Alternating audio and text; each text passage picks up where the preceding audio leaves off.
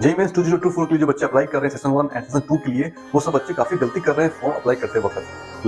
वो category selection कर रहे हैं गलत, अगर वो उस कैटेगरी की नहीं है फिर सिलेक्ट कर ले रहे हैं। और जो बच्चे जो प्राइवेट कैंडिडेट जो फॉर्म अप्लाई कर रहे हैं कंपार्टमेंट या जो वैल्यू कैटेगरी में अप्लाई किए हैं, वो जो सिलेक्ट कर रहे हैं स्कूल नेम या फिर जो आपका स्कूल एड्रेस है वो गलत सिलेक्ट कर ले रहे हैं। और जो बच्चे जो एडिशनल मैथ्स लिए हैं तो वो क्या अप्लाई करें, जो बच्चे इंप्रूवमेंट दे रहे हैं वो बच्चे एज ए पास डालें या फिर एज ए अपेयरिंग डालें, वहाँ पे भी बच्चे मिस्टेक कर रहे हैं। तो आप सबसे रिक्वेस्ट है कि प्लीज आप लोग समझ जाइए, क्योंकि इस बार आप लोगों को काफी ज्यादा बच्चे अप्लाई कर रहे हैं फॉर्म को, और अभी तक 10.5 लाख बच्चे फॉर्म अप्लाई कर चुके हैं, जो कि रिकॉर्ड है। तो आप लोग केयरफुल रहिए, क्योंकि इस बार एनटीए अगर आप फॉर्म अप्लाई सही से नहीं करेंगे तो रिजेक्ट कर दिया जाएगा और आप लोगों का लाइफ बर्बाद हो जाएगा। ये भी गलती कर रहे हैं जो क्लास 10th का मार्क्स है, जिन बच्चों का 6 सब्जेक्ट है, जिन बच्चों का क्लास 12th में 6 सब्जेक्ट्स हैं, वो कैसे कैलकुलेट करें मार्क्स को, कैसे ऐड करें, वो भी आपको मैंने देखा है कि बच्चे गलत कर चुके हैं। तो प्लीज आप सबसे रिक्वेस्ट है कि आप लोग ये गलती ना करें और इस वीडियो को लास्ट तक देखें, ताकि आपको कहाँ पे मिस्टेक से बचना है और कैसे फॉर्म अप्लाई करना है इस बार मैं फिर से आप लोग बता रहा हूँ।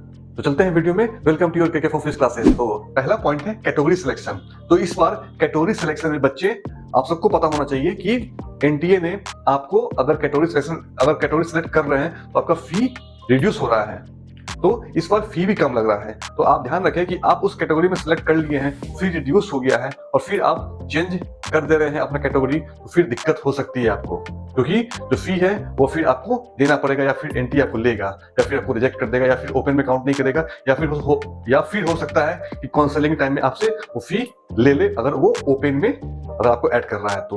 बट आपका सीट जो अलॉटमेंट है वो कैंसिल हो जाएगा, फिर सेकंड अलॉटमेंट में आपको जाना पड़ेगा। तो आप लोग प्लीज, अगर लगता है कि हम सर्टिफिकेट जमा कर सकते हैं या फिर हम सर्टिफिकेट मेरा बन जाएगा या फिर हम उस कैटेगरी से बिलोंग करते हैं, खासकर OBC, NCL and general EWS वाले, क्योंकि एससी एसटी वाले के लिए कोई दिक्कत नहीं है।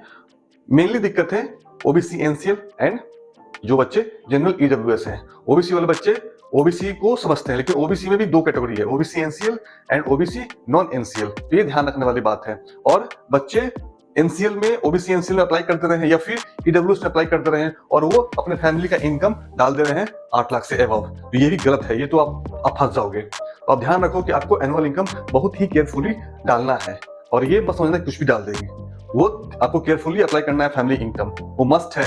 हो सकता है कि आपको प्रूफ देना पड़े काउंसलिंग टाइम में या फिर एडमिशन के टाइम में, ये भी ध्यान रखना पड़ेगा।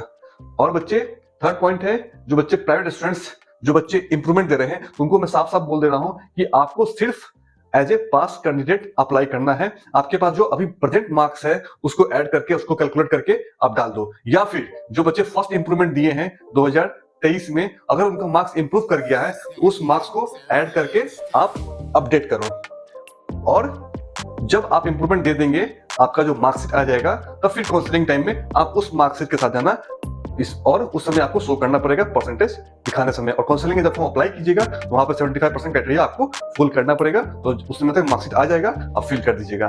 ओके। और आपके पास जो मार्कशीट है, 1 हो 2 हो 3 हो, उससे मैटर नहीं करता है। आपका मेन मार्कशीट जिसमें 5 सब्जेक्ट का मार्क्स लिखा वो मेन मार्कशीट हो गया। बाकी 2 और 3 जो मार्कशीट मिलेगा इंप्रूवमेंट का, उसको एक साथ स्कैन करके आपको अपडेट करना है, तो वो बाद में हम डिस्कस कर लेंगे। और जो बच्चे कंपार्टमेंट दे रहे हैं, जो बच्चे फेल्यूर कैटेगरी में अप्लाई कर रहे हैं, उनको अपना स्कूल नेम और स्कूल एड्रेस क्या रखना है बहुत ही केयरफुली ध्यान रखना है। फर्स्ट ऑफ ऑल, जो कंपार्टमेंट दे रहे हैं या फिर जो फेल्यूर दे रहे हैं, तो उनको सिलेक्ट करना है as a appearing. Okay. Appearing select करने के बाद आपको जो स्कूल नेम में बहुत सारे बच्चे का बहुत ज्यादा मतलब कंफ्यूजन है, तो स्कूल नेम में आपको सिंपली आप वहां पे प्राइवेट लिख देना है और सीबीएसई का जो फुल फॉर्म है, सेंट्रल बोर्ड सेकेंडरी एजुकेशन, वो वहां पे लिख दीजिएगा। और जो एड्रेस है वो आपको, जो आप प्राइवेट फॉर्म अप्लाई किए हैं उसमें जो कंफर्मेशन पेज जो मिला है, कंफर्मेशन पेज के टॉप लेफ्ट में आपको वहां पे एड्रेस लिखा होगा रीजनल ऑफिस का, वो एड्रेस डाल देना है। और पिन कोड भी आपको वहीं पे लिखा रहेगा, वो पिन कोड डाल देना है। और ये कंफर्मेशन पेज यहाँ पे है, आपको दिख रहा होगा। इस तरह आप सब लोग अपने अपना कंफर्मेशन पेज देख के एड्रेस नोट कर लो और वही एड्रेस डाल दो, कोई दिक्कत नहीं है। क्लियर? तो समझ में आ गया होगा कि आपको करना क्या है। क्लियर? क्योंकि बहुत सारे बच्चे बोल रहे हैं कि सर मैंने स्कूल नेम डाल दिया, प्रीवियस स्कूल नेम, वो भी चलेगा, बट मोर सेटिस्फैक्टरी यही रहेगा। ओके। और बहुत सारे बच्चे बोल रहे हैं कि सर मैंने प्राइवेट लिख दिया है, वो भी चलेगा, बट आप एड्रेस कहां से लाओगे, आप पिन कोड कहां से लेके आओगे। सबसे बेस्ट ऑप्शन है आप प्राइवेट सीबीएसई का नाम लिख दो और जो आपका कंफर्मेशन पेज पे एड्रेस है वो लिख दो। ये क्लियर हो गया होगा। और जो बच्चे एडिशनल मैथ लिए हैं उनको एज ए पास ही डालना है, क्योंकि उनका ऑलरेडी मार्कशीट बन चुका है, उनको पास कर दिया गया है, ईयर ऑफ पासिंग उनका डिसाइड हो चुका है। तो उनको जो बच्चे 2022 के हैं या फिर 2023 के हैं जो एडिशनल मैथ के लिए अप्लाई किए हैं वो एज ए पासिंग डालेंगे। ओके, और अपना जो मार्क्स है मैथ का जब आएगा, जब वो एग्जाम देंगे, पास कर जाएंगे, तो उस समय काउंसलिंग टाइम में वो अपडेट कर देंगे। अभी जो उनके पास मार्क्स है वो अपडेट कर दें। ओके, आप लोग बिल्कुल कंफ्यूज मत होइए कि आपको अपीयरिंग डालना है। तो अपीयरिंग डालने का मतलब ये हो गया कि आपका पासिंग ईयर चेंज हो जाएगा। और आपको पता है जेईई में पासिंग ईयर का बहुत ही मीनिंग है। Passing year is the main reference. Passing year के अकॉर्डिंग ही आपको चांस मिलता है। क्लियर, कि आपको 3 चांस देना है जेईई मेंस का और 2 चांस देना है जेईई एडवांस का। ओके, तो ये ध्यान रखने वाली बात है। तो आप लोग बिल्कुल क्लियर रहिए।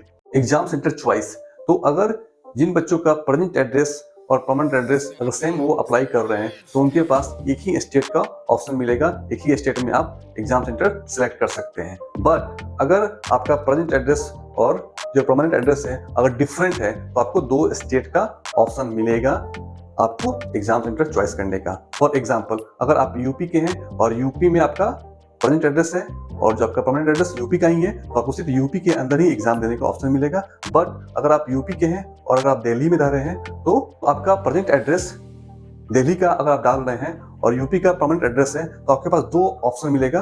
आप यूपी में भी आप सिलेक्ट कर सकते हैं और दिल्ली में भी आप एग्जाम सेंटर चॉइस कर सकते हैं।